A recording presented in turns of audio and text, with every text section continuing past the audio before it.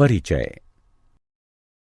जैसा कि हम पहले भी चर्चा कर चुके हैं कि जनन सभी जीवों की वह क्षमता है जिसमें एक जीव लगभग अपने समान गुणों वाले एक छोटे से जीव को जन्म देता है।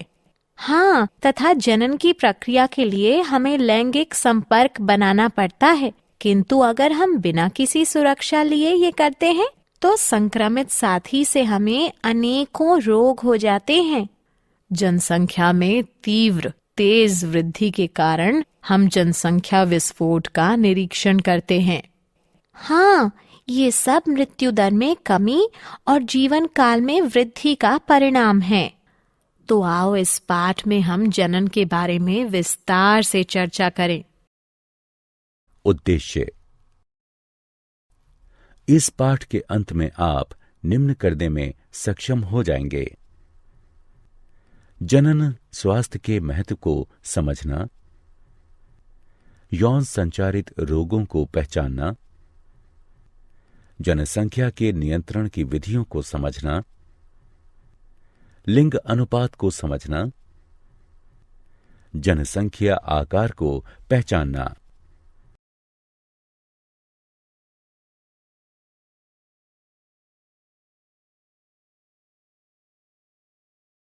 जनन स्वास्थ्य।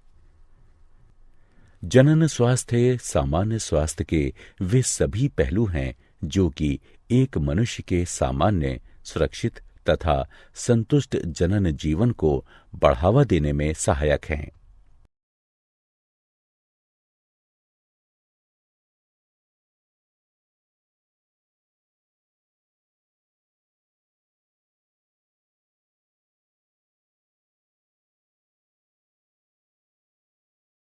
यौन संचारित रोग। वे रोग जो यौन संबंधों द्वारा एक संक्रमित प्राणी से स्वस्थ प्राणी में संचरित होते हैं, यौन संचारित रोग कहलाते हैं। ये विभिन्न सूक्ष्म जीवों द्वारा, जो कि योनि, मूत्रमार्ग, गुदा और मुख के गर्म और नमी वाले वातावरण में रहते हैं, इनके द्वारा उत्पन्न होते हैं। कुछ यौन संचारित रोग निम्न हैं: सुजाक यानी गोनोरिया, सिफिलिस, ट्राइकोमोन्स्ता, एड्स। सुजाक यानी गोनोरिया नाइजेरिया गोनोरिया जीवाणु द्वारा होता है। इस रोग का मुख्य लक्षण मूत्रोजनन मार्ग में सूजन तथा जलन है तथा पेशाब करते समय रोगी को अत्यधिक जलन महसूस होती है। यह जीवाणु नर के मूत्रमार्ग और मादा के गर्भाशय ग्रीवा को संदूषित करता है। सिफिलिस ट्रेपोनेमा पेडिलियम जीवाणु द्वारा होता है। मूत्रोजनन मार्ग की म्यूकस झिल्ली में धब्बे यानी चकत्ते होना तथा जननांग पर अल्सर होना आदि इस रोग के मुख्य लक्षण हैं। ट्राइकोमोन्स्ता एक प्रोटोजोआ ट्राइकोमोनास वेजिनेलिस द्वारा होता है। मादाओं के मूत्रोजनन मार्ग द्वारा कुछ योनिस्राव इस रोग का मुख्य लक्षण है।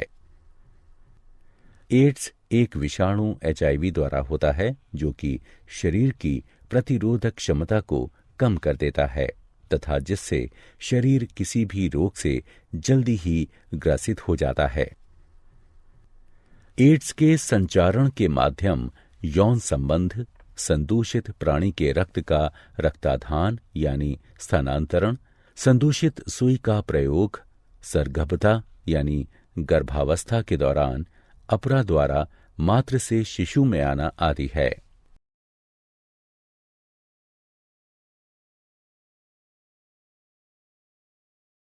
जन्म नियंत्रण की विधियां। सगर्भता गर्भावस्था का नियंत्रण करने के लिए अनेक तकनीकियां विकसित की गई हैं। ये मुख्यतः 3 प्रकार की होती हैं: यांत्रिक अवरोधक विधि, रासायनिक विधि, शल्य क्रियात्मक विधि।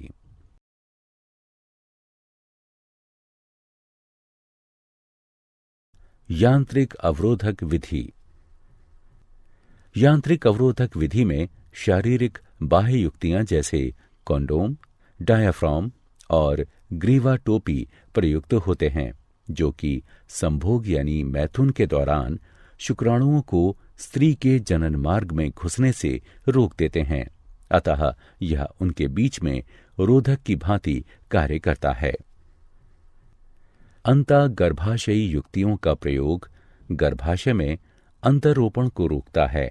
यह युक्ति कौपटी है, जो कि डॉक्टरों या अनुभवी नर्सों द्वारा गर्भाशय में सुरक्षित रूप से लगाई जाती है। रासायनिक विधि। रासायनिक विधि में स्त्रियों द्वारा विशिष्ट औषधियां प्रयोग की जाती हैं, जो कि 2 प्रकार की होती हैं, मुख वाली गोलियां और योनि वाली गोलियां। मुख वाली गोलियों को मुखीय गर्भ निरोधक भी कहते हैं, जो कि शरीर के हार्मोनों के संतुलन को बदल देती हैं, जिससे कि अंड का त्याग नहीं होता और निषेचन नहीं हो सकता है।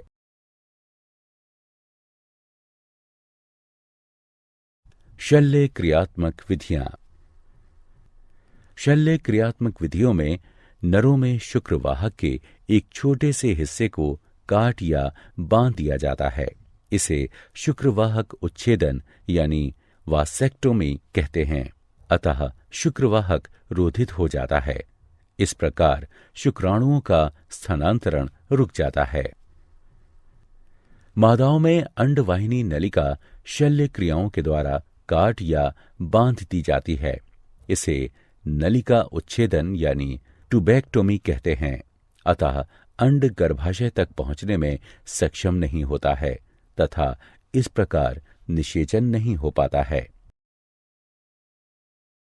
लिंग अनुपात। एक जन समुदाय में मादा तथा नर की संख्या का अनुपात ही लिंग अनुपात कहलाता है। एक स्वस्थ समाज के लिए मादा नर का अनुपात बनाए रखना अत्यंत आवश्यक है। कन्या भ्रूण हत्या के कारण हमारे समाज के कई हिस्सों में कन्या शिशु लिंग अनुपात का गिरना एक चिंता का विषय है। इसलिए जन्म से पहले भ्रूण के लिंग का पता लगाना एक कानूनन अपराध माना गया है। जनसंख्या का आकार। जनन की सहायता से जीव अपनी जनसंख्या में वृद्धि करते हैं। एक निश्चित जनसंख्या में जन्म तथा मृत्यु की दर जनसंख्या का आकार निर्धारित करती है। जनसंख्या में वृद्धि तब होती है जब जन्म दर मृत्यु दर से अधिक होती है।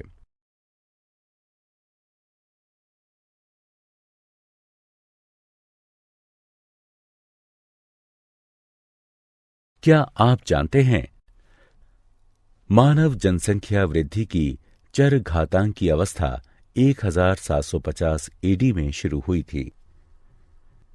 विश्व की मानव जनसंख्या अगले 30 वर्षों में 9.5 अरब तक पहुंच जाएगी। भारत ऐसा पहला देश बना जिसमें 1951 में सरकार द्वारा प्रवर्तित परिवार नियोजन को अपनाया।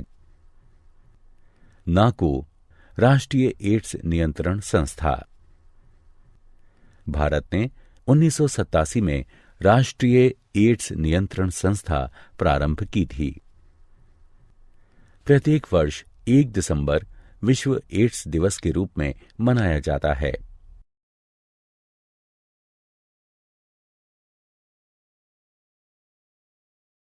सारांश। आइए हमने जो कुछ सीखा है उसे संक्षेप में दोहराएं। मानव जनसंख्या में तीव्र वृद्धि जनसंख्या विस्फोट कहलाती है। इसका मुख्य कारण मृत्यु दर में तीव्र गिरावट और जीवन दर में तीव्र बढ़ोतरी होना है। जनसंख्या विस्फोट के परिणाम अनुसार कुप्रभाव उत्पन्न होते हैं, इसलिए तत्कालीन जनसंख्या नियंत्रण की आवश्यकता है। जनसंख्या वृद्धि परिवार नियोजन कार्यक्रमों के द्वारा रोकी जा सकती है, जिसके अंतर्गत विभिन्न प्रकार के यांत्रिक, रासायनिक, शल्य क्रियात्मक और प्राकृतिक विधियां आती हैं। यौन संचारित रोग असुरक्षित यौन क्रियाओं के दौरान संचारित होते हैं। एड्स, क्लैमिडिएटा, सुजाक यानी गोनोरिया, सिफिलिस, हेपेटाइटिस बी, जननिक परिसर्प यानी जेनाइटल हर्पीज और ट्राइकोमोनस्ता आदि कुछ सामान्य यौन संचारित रोग हैं। जीवन साथी के साथ वफादारी निभाकर तथा समलैंगिकता, वैश्यावृत्ति तथा अनेक लोगों के साथ सेक्स करने को रोककर इन्हें प्रबंधित तथा नियंत्रित किया जा सकता है।